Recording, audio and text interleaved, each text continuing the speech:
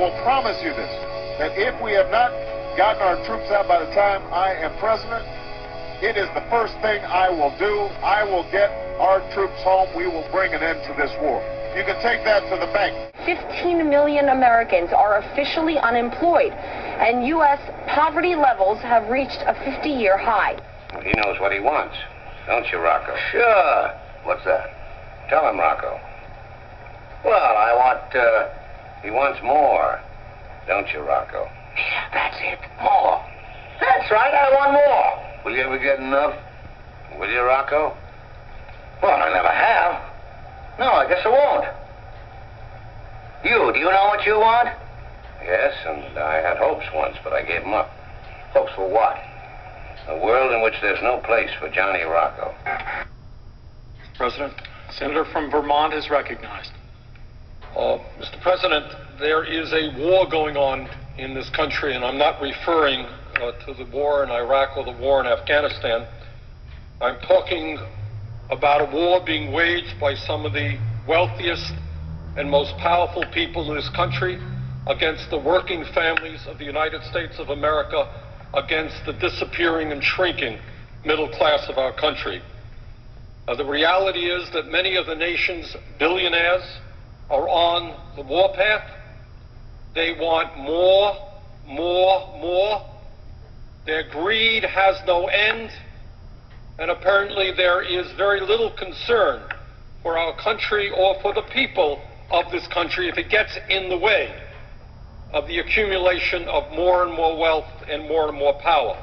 Between 1980 and 2005, 80% of all new income created in this country went to the top 1%. If there's so much money available, how come it's not being spent to create jobs for millions of jobless people? And why do we continue hearing that the country is in a recovery? This is Camden, the most broke town in the U.S., with up to 35% of families living in poverty. A $175 hamburger served up at the Wall Street Burger Shop. 10 ounces of Kobe beef, seared foie gras, aged Gruyere cheese, and this is kind of where all the value lies. This is a white truffle as well as a black truffle. As well as gold, as in gold leaf flakes, to garnish off the burger. It doesn't taste like anything. It's really just to make it pretty. There's families that's out here on the streets. A mom and her kids sleeping on the Lower Wacker Drive, cold as it's being. Sleeping on the Lower Wacker Drive. When mom goes to sleep, the little kids are up watching over her. And that's sad. Who got us into the financial crisis? People like, for example, Robert Rubin, the Secretary of Treasury under Clinton.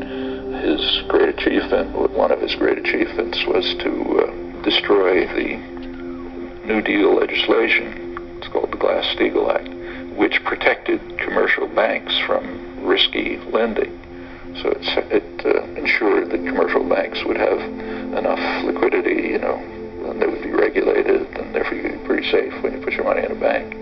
Investment firms, on the other hand, take out risky loans, try to make very high profit.